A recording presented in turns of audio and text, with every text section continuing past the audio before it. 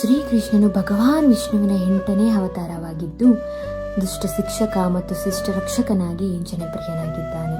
ಮಥುರಾದಲ್ಲಿ ದೇವಕಿ ವಸುದೇವರಿಗೆ ಜನಿಸಿದ ಕೃಷ್ಣ ಕಂಸನಿಂದ ತಪ್ಪಿಸಿಕೊಳ್ಳಲು ಗೋಕುಲದಲ್ಲಿ ನಂದ ಮತ್ತು ಯಶೋದೆಯರಲ್ಲಿ ಬೆಳೆದು ಅನೇಕ ರಾಕ್ಷಸರನ್ನು ಸಂಹರಿಸಿದನು.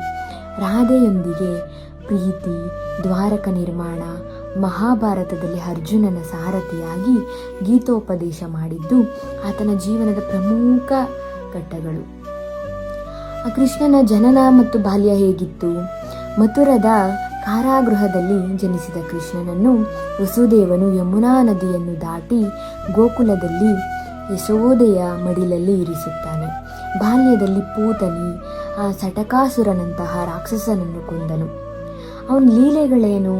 ಗೋಕುಲ ಮತ್ತು ಬೃಂದಾವನದಲ್ಲಿ ಬೆಣ್ಣೆ ಕಳ್ಳನಾಗಿ ಕಾಳಿಂಗ ಮರ್ದನ ನಡೆಸಿ ಗೋವರ್ಧನಗಿರಿಯನ್ನು ಬೆರಳಲ್ಲಿ ಎತ್ತಿ ಜನರನ್ನು ರಕ್ಷಿಸಿದ ಕೃಷ್ಣ ಅವನ ಲೀಲೆಗಳನ್ನು ಭಕ್ತಿಭಾವ ಮೂಡಿಸುವಂತೆ ಮಾಡಿತು. ಕಂಸನ ವಧೆ. ಯೌವನದಲ್ಲಿ ಮಥುರಕ್ಕೆ ಮರಳಿ ತನ್ನನ್ನು ಕೊಲ್ಲಲು ಬಂದ ಮಾವ ಕಂಸನನ್ನು ಸಂಹರಿಸಿ ತಂದೆ, ತಾಯಿ ಮತ್ತು ಅಜ್ಜ ಉಗ್ರಸೇನನನ್ನು ಮುಕ್ತಗೊಳಿಸಿದನು.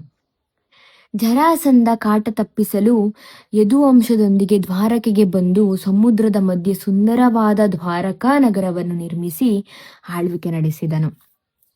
ಮಹಾಭಾರತ ಮತ್ತು ಗೀತೋಪದೇಶ. ಕುರುಕ್ಷೇತ್ರ ಯುದ್ಧದಲ್ಲಿ ಪಾಂಡವರ ಪರವಾಗಿ ನಿಂತು ಅರ್ಜುನನಿಗೆ ಸಾರಥಿಯಾಗಿ ಜೀವನದ ಸಾರವಾದ ಭಗವದ್ಗೀತೆಯನ್ನು ಬೋಧಿಸಿದನು. ದ್ವಾರಕೆಯಲ್ಲಿ ಭೌತಿಕ ರೂಪವನ್ನು ತೊರೆದು ಬೇಟೆಗಾರನ ಬಾಣದ ಮೂಲಕ ವೈಕುಂಠಕ್ಕೆ ಮರಳಿದನು. ಶ್ರೀಕೃಷ್ಣನು ರುಕ್ಮಿಣಿ, ಸತ್ಯಭಾಮೆ ಸೇರಿದಂತೆ ಅನೇಕರನ್ನು ಮದುವೆಯಾಗಿದ್ದು 64 ಕಲೆಗಳಲ್ಲಿ ಪ್ರವೀಣನಾಗಿದ್ದನು. ಆತನ ಜೀವನವು ಪ್ರೀತಿ, ಸ್ನೇಹ, ಧರ್ಮ ಮತ್ತು ಬದುಕಿನ ತತ್ವಗಳನ್ನು ಬೋಧಿಸುತ್ತದೆ. ಧನ್ಯವಾದಗಳು.